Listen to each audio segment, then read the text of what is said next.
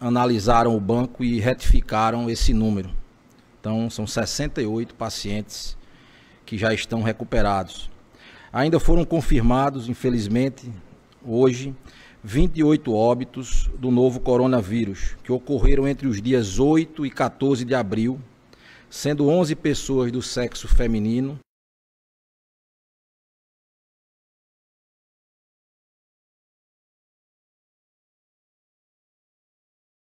O combate ao coronavírus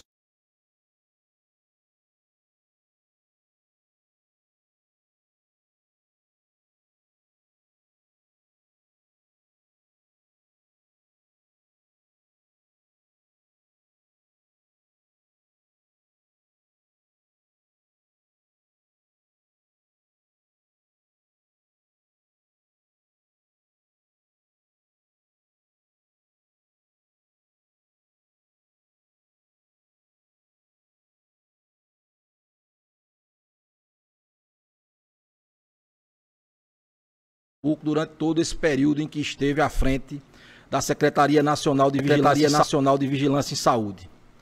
De ontem para hoje também inauguramos 10 novos leitos de UTI, o que tem demonstrado os nossos esforços para ampliar diariamente a rede para enfrentar a Covid-19. Temos uma previsão de mais 30 leitos no decorrer do dia de hoje que podem entrar em funcionamento. Em todas as coletivas nos perguntam sobre a questão do pico da doença aqui em Pernambuco. Reafirmo, a quantidade de casos e de óbitos nos próximos dias depende fortemente da nossa atitude, das nossas atitudes de hoje e dos dias que virão. Nós estamos nos esforçando ao máximo para aumentar a capacidade instalada do sistema de saúde, mas é fundamental a manutenção das medidas de isolamento social para que a gente possa ter êxito nesse enfrentamento. Dr. Jailson, para suas considerações iniciais. Bom, boa tarde a todos e a todas. É uma honra e um privilégio estar aqui ao lado do secretário André Longo, amigo, compartilhando com ele já de pronto estar lastimando a saída do secretário nacional de Vigilância em Saúde, o Anderson de Oliveira, mais que um amigo de Pernambuco e de Recife, um técnico de primeiríssima qualidade, um enfermeiro sanitarista com formação extensa, experiência extensa também de campo no enfrentamento, certamente vinha fazendo um trabalho exemplar, digno de nota e registro. Então aqui vai a nossa preocupação com o futuro e os rumos que o Ministério da Saúde vai tomar a partir de então. Então nós estamos compartilhamos essa preocupação. Queria aqui felicitar Gilberto pelo aniversário e Patrícia e dar uma boa tarde a todos, dizendo que o dia de hoje, 15 de abril de 2020, também é um dia histórico para a Prefeitura do Recife.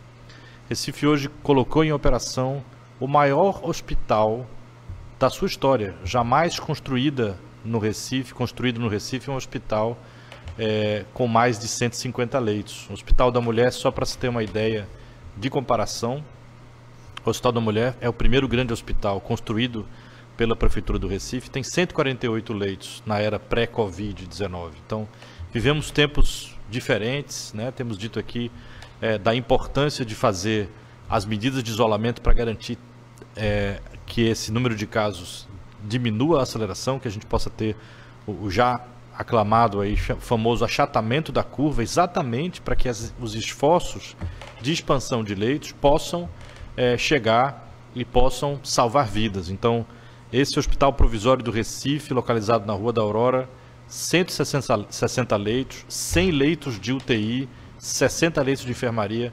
Já a partir desse momento, 17 horas e 3 minutos, então a partir das 17 horas, começa a receber pacientes, André, com Covid-19 ou suspeita de Covid-19 em seus leitos de UTI. Então a operação que normalmente levaria meses para que um hospital recém-criado pudesse ter sua plena capacidade de atendimento, é uma operação que está estimada para dias, né? Então o que levaria meses vai ser feito em dias, esse esforço em menos de 30 dias, a entrega desse equipamento ajudando aí os esforços contribuindo a partir do Recife, os esforços que a Secretaria Estadual de Saúde tem feito de aumentar o número de leitos, sobretudo leitos de UTI no nosso estado. Então, é um dia que a gente celebra este marco, ao tempo em que lamenta pelas perdas de vidas até aqui registradas, mas, de qualquer maneira, né, André, a emoção de estar lá naqueles 100 leitos de UTI prontos a salvar vidas, certamente nós estamos dando uma contribuição também para que menos vidas sejam perdidas nesta que é a maior crise de saúde pública, muito provavelmente, né, da história do último século, com certeza, que nós estamos enfrentando juntos nessa bancada. Carlos de Madeiro, do UOL, pergunta: o que representa agora uma saída do cargo do ministro da Saúde e provavelmente de sua equipe no enfrentamento da Covid-19? E se isso pode prejudicar também a interlocução com autoridades federais? Quais seriam as dificuldades? Bom, toda descontinuidade de trabalho no momento de crise pode gerar contratempos e pode gerar dificuldades. Então a gente já lamentou aqui a saída de um quadro técnico, o Jailson falou muito bem também, um quadro, talvez o melhor quadro técnico da equipe dirigente do Ministério de Saúde, pelo menos na minha avaliação. A gente perde hoje, perde um entusiasta do Sistema Único de Saúde, do sistema de vigilância em saúde no país. Isso realmente poderá prejudicar os esforços para o enfrentamento. A instabilidade hoje que a gente vê a nível central é preocupante. A gente tem procurado evitar a todo momento transformar nossas coletivas aqui em qualquer crítica. Na verdade, é um momento de que a nação precisa de união, precisa de comunhão de esforços. Infelizmente, há essa instabilidade no plano federal que gera uma dificuldade também para os estados, na medida em que a gente não consegue alinhar todos os propósitos. Mas a nossa preocupação é com continuidade de trabalho, continuidade da linha técnica que a gente tem percebido nos encaminhamentos do Ministério da Saúde, com os quais a gente se alinha, apesar de alguma divergência política, mas o propósito hoje é a melhor técnica, o melhor foco, o melhor planejamento para que a gente possa ter um enfrentamento adequado da pandemia. Aqui nós estamos focados, sob a liderança do governador Paulo Câmara, para fazer o melhor que Pernambuco pode fazer pelo Sistema Único de Saúde. Nós vamos continuar assim e esperamos que, com tudo o que está acontecendo no governo federal, a gente não tenha prejuízos para o enfrentamento à pandemia da Covid-19. Antes de ir para a próxima pergunta, o ministro Mandetta acabou de anunciar que rejeitou a demissão do Wanderson Oliveira, que não vai demiti-lo. Bom, aí a gente já fica mais feliz, né?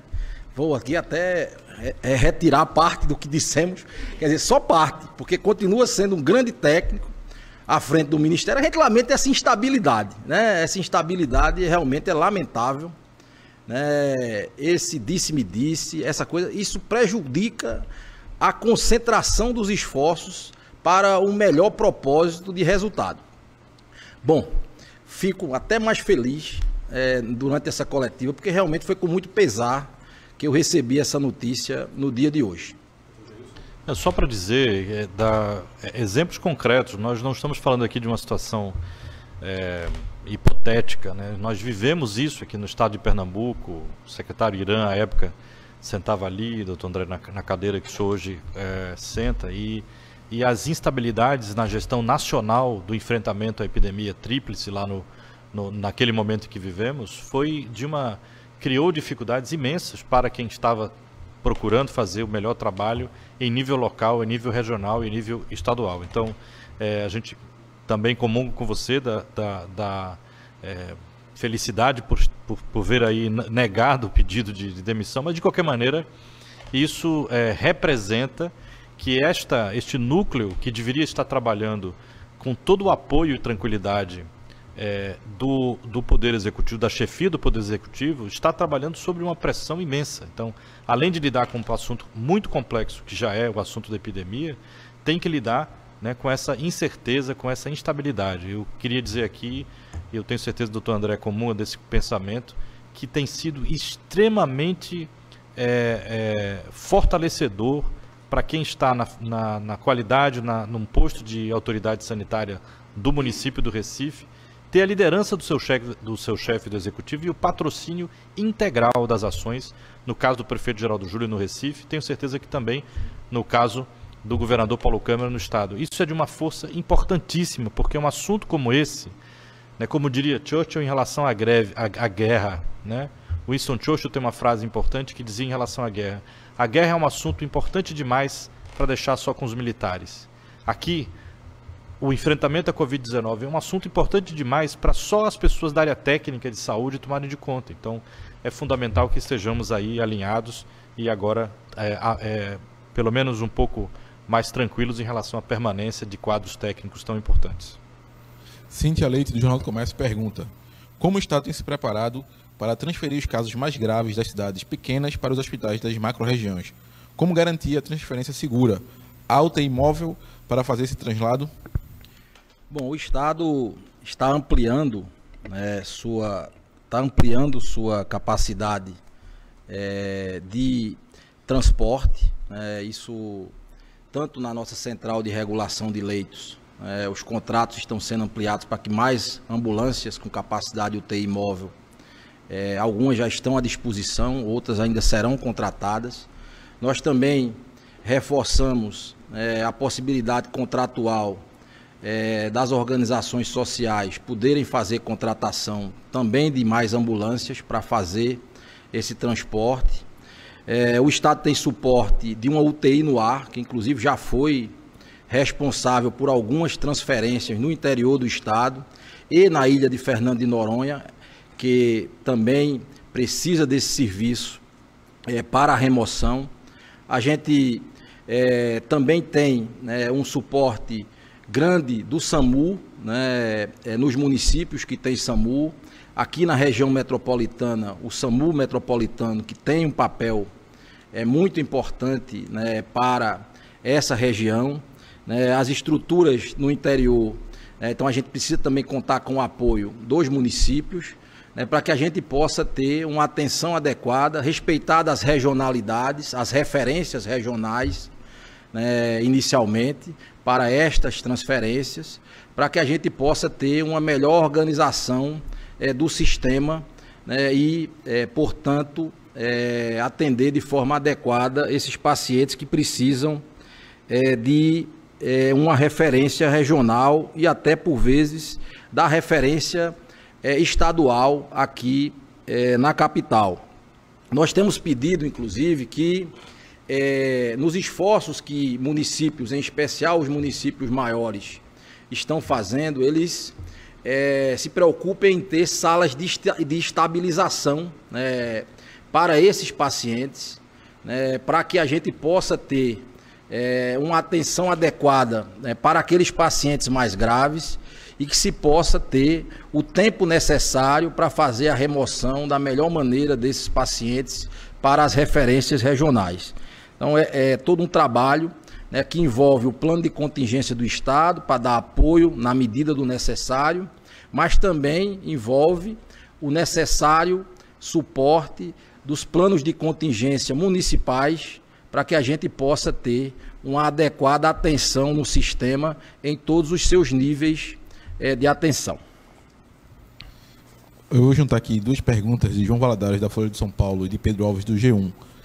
Eles perguntam aqui sobre a possibilidade de falta de vagas na UTI, se isso sugeriria um colapso da rede de saúde de Pernambuco e em quanto tempo isso pode ocorrer, qual a taxa de ocupação dos leitos atuais na rede pública e na privada.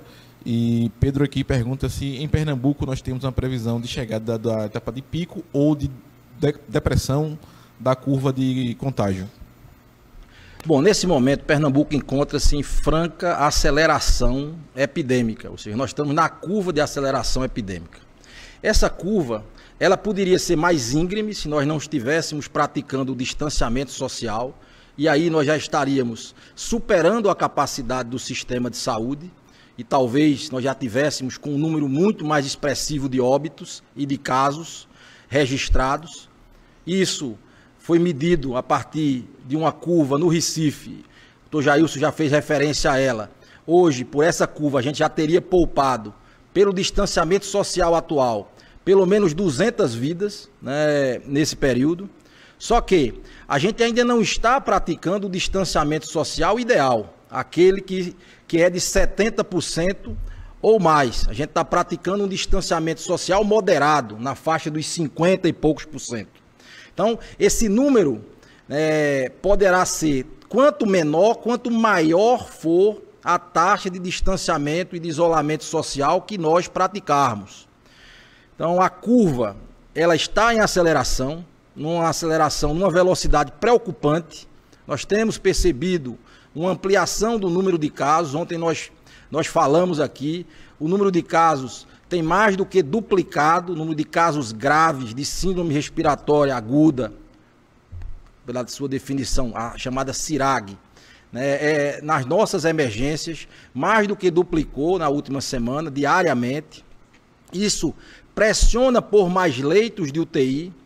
E como é que nós estamos, nesse momento, lidando com isso? Com a ampliação de leitos. O doutor Jailson estava falando agora da ampliação de leitos do Recife. Eu me referi à ampliação de leitos na capital. Hoje, durante o decorrer do dia, nós temos a expectativa de que só no estado, em 3 serviços, a gente tenha mais 30 leitos de UTI à disposição, com mais 20 que a prefeitura está colocando nesse primeiro momento, lá na Rua da Aurora, que é uma escala progressiva, né, de leitos que estará à disposição lá de UTI. Então, veja, só hoje nós temos a expectativa de terminar o dia com mais 50 leitos de UTI sendo ofertados à população. Ou seja, a gente está pegando aquela linha pontilhada do gráfico, deslocando ela para cima, para que a curva de aceleração caiba nesta progressão. Mas a gente precisa fazer o nosso dever de casa para que esta curva não supere a nossa capacidade de ampliação do número de leitos. Então a gente precisa ter isso na cabeça, as pessoas precisam ajudar, porque senão, é fato, nós podemos, em alguns dias, atingir um nível de demanda que supere a nossa capacidade de ampliação de leitos. Nesse momento, eu tenho usado essa figura de linguagem, nós temos conseguido estar um passo, mas é um passo pequeno à frente da epidemia. É preciso que todo mundo saiba que nesse esforço coletivo, esse esforço coletivo, que já é grande, a gente sabe que a maioria da população está ajudando, precisam se envolver aqueles que são mais refratários nesse momento, né? Aquela política do ficar em casa, né? Só sair quando efetivamente for necessário, para que a gente esteja protegendo a sociedade da dificuldade de chegarmos a ter momentos, né, que não tenhamos leitos para ofertar para a demanda crescente de casos. Isso aconteceu, eu tenho dito todas as coletivas, nos maiores e considerados melhores sistemas de saúde do mundo, sejam os europeus, seja o norte-americano. Isso é muito grave, é uma situação que exige um cuidado de todos nós, né, para que a gente evite esse chamado colapso do sistema de saúde. Nosso papel como gestores, nesse momento, está todo voltado para esta ampliação.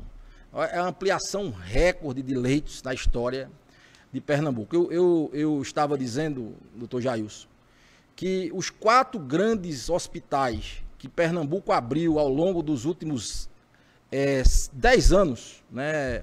O Hospital Miguel Arraes, o Hospital Pelópidas da Silveira, o Hospital Dom Helder Câmara e o Hospital Mestre Vitalino, juntos tinham 130 leitos de UTI. Nós conseguimos, em pouco mais de 30 dias, ofertar mais de 250 leitos, mais do que o dobro da oferta de leitos que esses 4 hospitais nos deram nos últimos 10 anos. Então, isso demonstra o esforço concentrado, né, desses dias, o intenso trabalho, né, comprando leitos do privado, ampliando leitos no filantrópico, ampliando leitos na nossa rede, né, requisitando hospitais, vocês trabalhando na questão dos hospitais provisórios fortemente. Então, há um esforço realmente concentrado. Nós estamos no nosso limite, né, de trabalho no sentido da expansão de leitos. É preciso que a sociedade veja isso. Hoje nós amanhecemos com 15 vagas de UTI para a população. Vamos terminar o dia, espero, com mais vagas do que nós tínhamos hoje. Mas esse é um exercício que está sendo diário.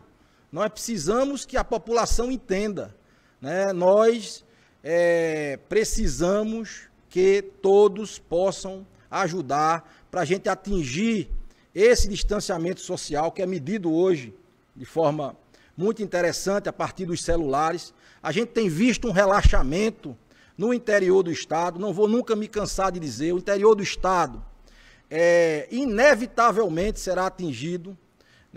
Não alimente falsa expectativa, não alimente falsa esperança, vai chegar, é preciso que a gente esteja preparado. A nossa ampliação de leitos também está voltada e olhando para o interior do estado, os projetos já estão sendo contratados, a gente já tem leitos abertos, mas ainda quer ampliar muito mais.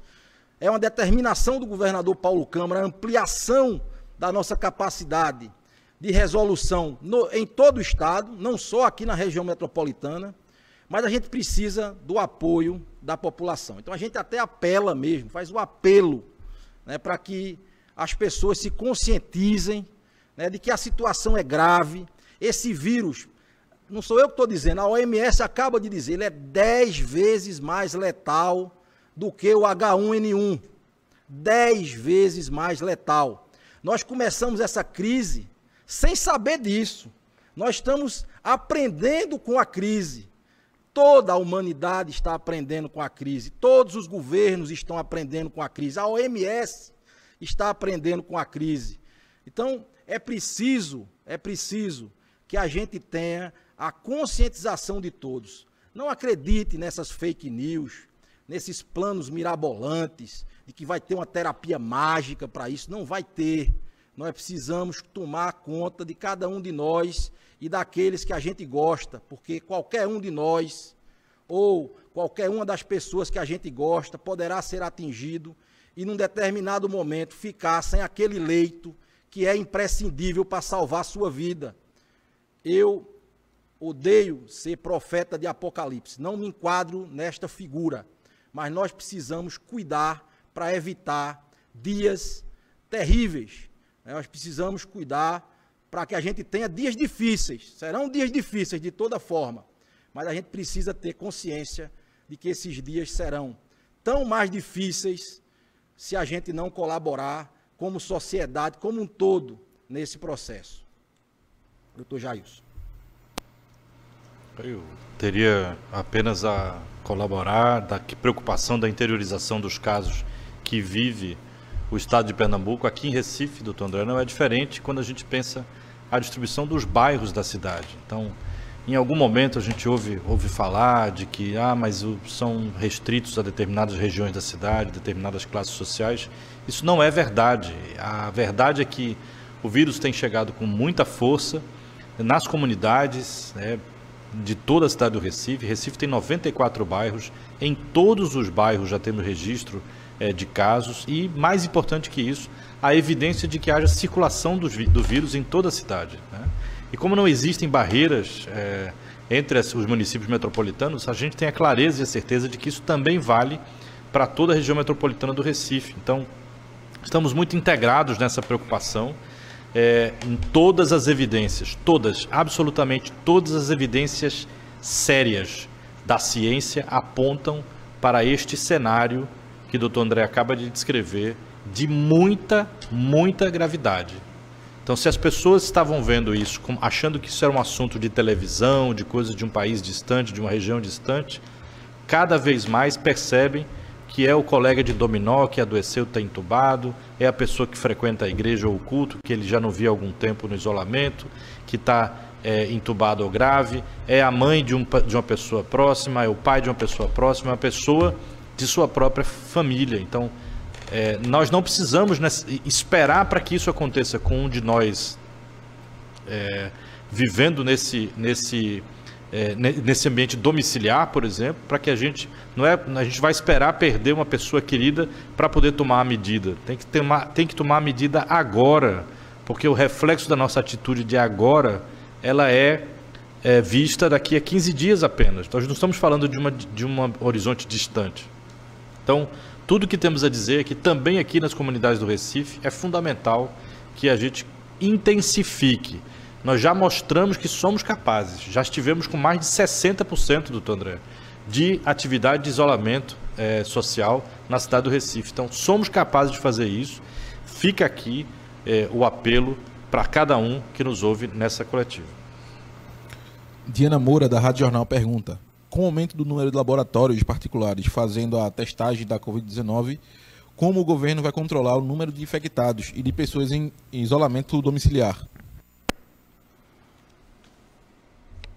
Bom, todos os casos de laboratório privado são notificados, né, tem uma obrigação de notificação, né, para o Estado. Todos eles estão avisados.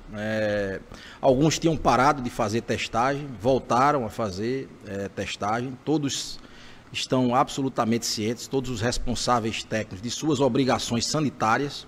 A gente até tem pedido para que isso seja da forma mais célere possível, né? As informações cheguem ao nosso CIEVES com a maior brevidade possível, tanto os hospitais privados quanto os laboratórios são requisitados para isso quase que diariamente, né, para que as informações possam chegar de uma maneira a que a gente possa estar atualizando os nossos números com a maior brevidade possível. A gente tem feito também esse pedido em relação a casos de óbitos suspeitos, né, que também precisam ser relatados, para que a gente fique vigilante nesse processo. É um compromisso da nossa vigilância, que é ativa, que é responsável, que é transparente, da gente identificar todos aqueles casos mais graves, todos aqueles casos que porventura evoluam para óbito aqui, para que a gente possa ter as reais estatísticas e poder estar informando também aos familiares, às pessoas responsáveis pelos pacientes, do que de fato ocorreu com essas pessoas aqui no estado de Pernambuco. Irci Falcão, da Folha de Pernambuco, do portal Folhap, pergunta: qual a quantidade de amostras em esperas para serem analisadas no estado?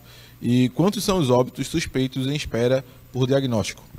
Veja, nós, como eu disse no início, nós triplicamos a nossa capacidade de processamento aqui no estado já. Nós estamos processando todos os dias mais de 300 exames. Quem acompanha desde o início sabe que nós começamos com um processamento inferior a 100 amostras por dia. E a gente ainda tem uma capacidade maior, né, se outros parceiros que nós estamos ávidos, que possam entrar na rotina, né, eles possam passar a fazer exames. Então há uma parceria da Prefeitura da cidade do Recife com a Universidade Federal de Pernambuco, que poderá ampliar ainda mais essa capacidade de testagem. Nós estamos esperando que o Instituto Ageu Magalhães, que está numa fase de implantação, né, de sua testagem, também possa ampliar sua capacidade diária de testagem, né, para que a gente possa, inclusive, chegar a uma meta bastante razoável, que poderia ser, na próxima semana, quiçá, chegar a 500 testes por dia. A gente tem hoje kit, a gente tem a expertise, e a gente quer, o nosso compromisso com a sociedade pernambucana é ampliar cada vez mais a nossa capacidade de testagem. Ampliamos agora para os profissionais de saúde.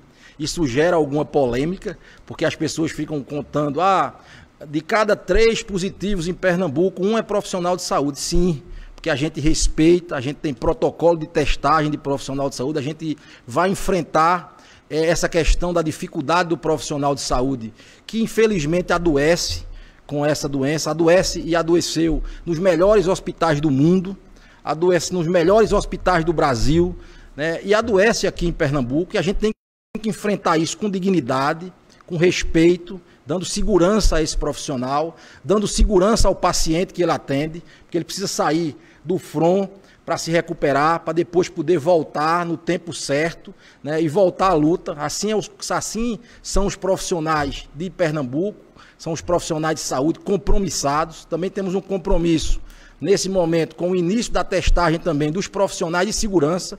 Estamos fazendo o primeiro processamento deles de RT-PCR. Os testes rápidos que chegaram, os 20 mil, já estão sendo distribuídos. Hoje já chegaram a alguns municípios, as gerências regionais de saúde também estão buscando esses testes.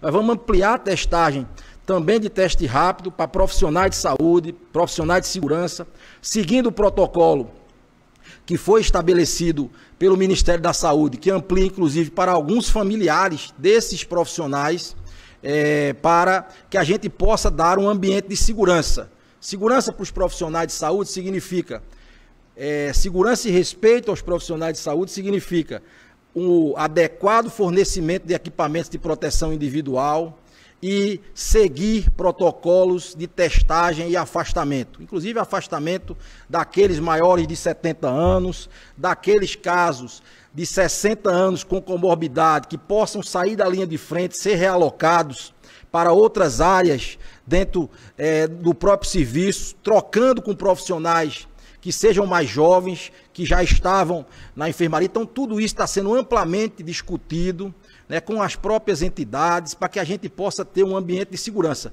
E também deixar claro, garantir respeito, né, para os profissionais é testá-los. Testá-los e enfrentar a dificuldade, né, de ter que substituí-los também. Por isso que o governador Paulo Câmara convocou 5 mil novos profissionais aqui em Pernambuco. Isso é 20% da força de trabalho, em torno de 20%. Nós somos 25 mil profissionais de saúde na rede estadual, fora aqueles profissionais que trabalham de organização social em várias unidades. Então é uma rede realmente muito grande, um número muito expressivo de profissionais. Nesse momento, o último dado que eu tenho, a gente tinha 1.500 profissionais notificados. É um percentual expressivo, mas ainda sequer chega a 10%, né, do nosso número de profissionais que tem na rede.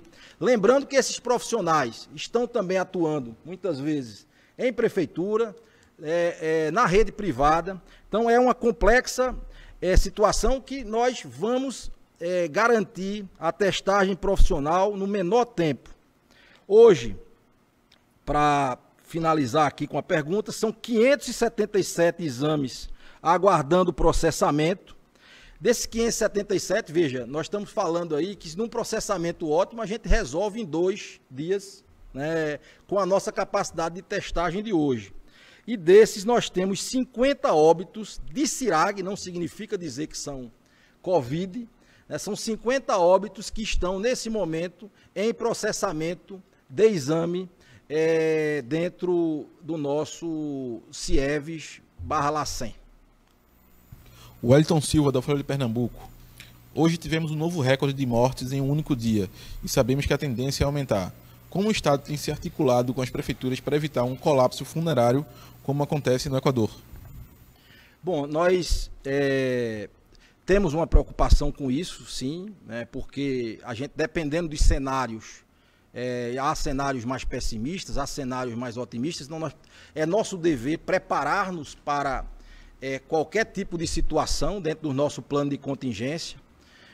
Nesse momento, nada aponta para uma situação mais alarmante, como acontece em outros países, mas a gente precisa estar preparado e montamos um grupo de trabalho. Fizemos uma nota técnica que orienta todos os procedimentos relativos.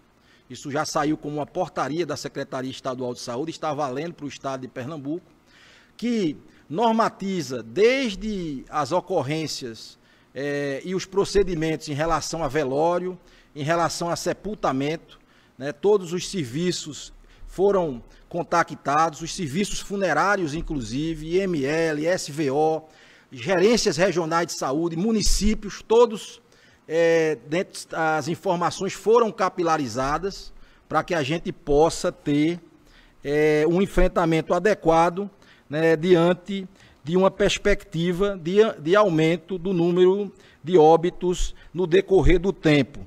Então, nós temos um grupo que se debruçou sobre essa questão e que está encaminhando todos os procedimentos necessários diante dessa situação em relação a uma maior ocorrência de óbitos aqui no estado de Pernambuco. Estou juntando aqui perguntas de Fabiana Assunção, da TV Jornal, e de Ana Maria Nascimento, do Diário de Pernambuco. Temos uma estimativa de quanto é o potencial humano máximo de Pernambuco para atender a população nos casos da Covid-19? E se sim, estamos usando esse potencial, ou quanto desse potencial? E aqui, Ana Maria pergunta, além de terem prioridade na testagem e de ser uma questão de pagamento de pensão, familiares, os profissionais de saúde de Pernambuco têm acesso a acompanhamento psicológico ou algum outro tipo de auxílio? Bom, veja, eu acho que já respondi uma parte dessa questão, né? Hoje, Pernambuco tem um conjunto de profissionais de saúde extremamente comprometidos, né, com sua população. Eu estava falando do número do estado, né, de profissionais. Eu estava me referindo aí a contratados diretamente pelo estado, né? Tem uma rede mais ampliada ainda, que envolve todas as organizações sociais que prestam serviço em alguns hospitais, nas UPAs, nas nossas UPAs. Então, é um conjunto muito expressivo de profissionais que nós temos ou seja, na luta, né, que nós podemos contar, né, para trabalhar nesse momento de dificuldade. É certo que nós estamos ampliando essa necessidade na medida em que estamos abrindo mais leitos, né? Essa necessidade se amplia. Obviamente que em algumas especialidades há uma dificuldade maior para você atingir os números que você precisaria, mas há outras especialidades que podem suprir, né, essas especialidades onde a gente tem uma maior dificuldade. Nós, como eu disse, nos planejamos para uma ampliação e uma eventual substituição dessa mão de obra, né, por conta do adoecimento, que é um fenômeno em relação à Covid-19 que a gente viu em todo o mundo, não será diferente aqui. Nós vamos precisar ter essa força adicional. Nós estaremos convocando, né, profissionais que não atuavam diretamente na linha de frente, mas que podem atuar, porque estavam em outras atividades eletivas, em atividades ambulatoriais. Isso tudo está sendo discutido e deverá ser alvo de uma nova portaria que a Secretaria Estadual de Saúde deverá estar publicando nos próximos dias, inclusive com os critérios para que esses profissionais possam ser chamados. Além disso, nós estamos atentos a possibilidades, inclusive, de antecipação de formatura, né? Pode ser necessário, sim, num momento mais adiante, que a gente precise, né, chamar profissionais no último ano de sua formação, né, que nós já contactamos com escolas para que esses profissionais já comecem seus treinamentos, né, para que a gente possa, numa eventualidade de necessidade, utilizá-los. Então é muito importante, né, que a gente tenha a perfeita noção de que Pernambuco, como todos os estados, tem uma força de trabalho bastante significativa, mas precisamos estar atentos para novas oportunidades em relação à necessidade de substituir os profissionais que hoje estão na linha de frente. Então tem que ter uma linha auxiliar para esses casos. Doutor Jailson, quer fazer algum complemento aí? Só complementar que, em parte, em relação a tudo isso que o Estado está fazendo, relocação de pessoas que têm mais de 70 anos, nós também fizemos em Recife, verificando pessoas acima de 60 com comorbidades, fazendo com que essas pessoas possam sim contribuir de outra forma, como o trabalho de teleorientação, e aí eu faço a menção do Atende em Casa, o aplicativo ou o serviço de internet que já tem atuado em 11.500 inscrições, mais de 3.000 teleorientações feitas com profissionais de saúde, 860 pessoas encaminhadas às unidades de saúde, que tem sido uma forma de contribuição dessas pessoas que não estão lá mais expostos, digamos assim. Além disso, uma preocupação de que a gente possa capacitar, né? Também investir em capacitação, por exemplo, para o uso do equipamento de proteção individual. Os estudos mostraram, aqui no Brasil e lá fora do país também, de que muitas vezes o profissional que está pouco habituado a utilizar aquela paramentação toda, por exemplo, pode se contaminar na hora de tirar aquele avental, os óculos ou o gorro, enfim, a máscara. Isso tudo está sendo também feito. Temos um aplicativo na prefeitura chamado Aprenda em Todo Lugar, que já começa a fazer esse treinamento com os profissionais e garantindo aí esse aspecto do apoio técnico, do apoio em equipamentos de proteção individual. A prefeitura já fez mais de 700 contratações, doutor André, para os 3 hospitais de campanha digamos assim, de atendimento de gestão direta da prefeitura. Já são mais de 500 profissionais, beirando quase 700 profissionais só no Hospital Provisório da Recife 1, lá na Rua da Aurora. Então, toda essa mobilização está sendo feita na linha do que o secretário André acabou de colocar também na cidade do Recife. Carol Matos, da TV Asa Branca. O secretário André Longo afirmou ontem que, para receber recursos, os municípios precisariam apresentar um plano de ação de combate ao coronavírus. Mas o número de casos também é levado em consideração?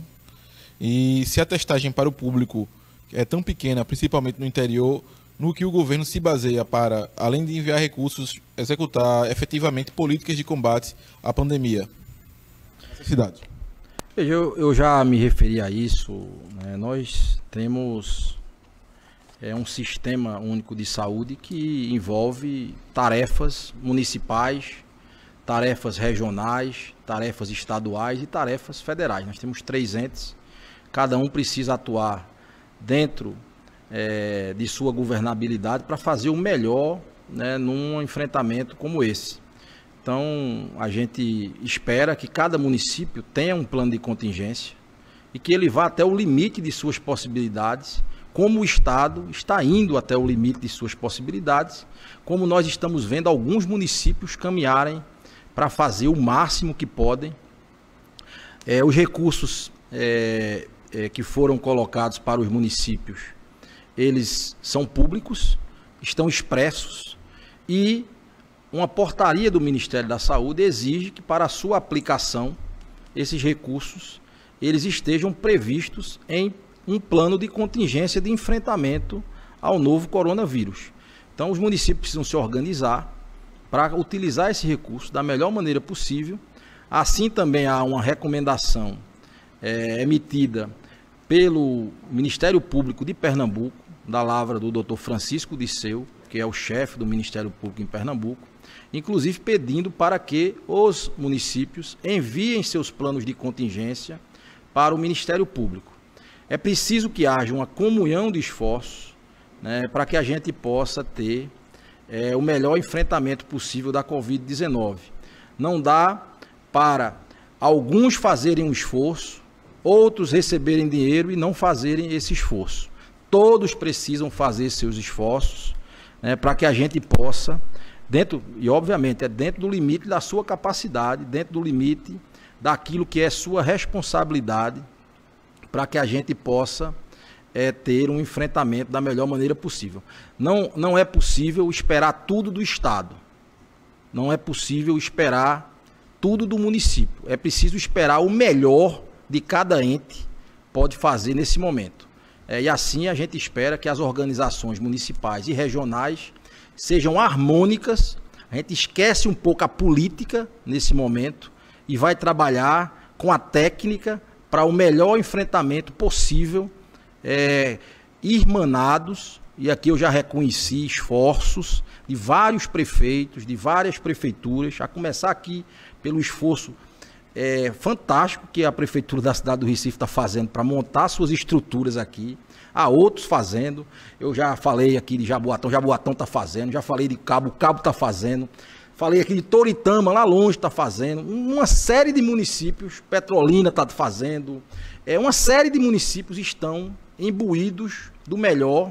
Né? Caruaru tem plano de contingência, também está fazendo. Vários estão fazendo. Olinda tem uma parceria com o Estado. Então, não vou citar mais, citar todos, porque não daria. Mas eu tenho convicção de que todo mundo está antenado. Todos os prefeitos, a AMUP, queria aqui trazer o testemunho do compromisso, da dedicação do prefeito patriota de Afogados, né, na presidência da AMUP também, né, que tem se esforçado para ser um canal de comunicação, né, com todos os prefeitos do estado.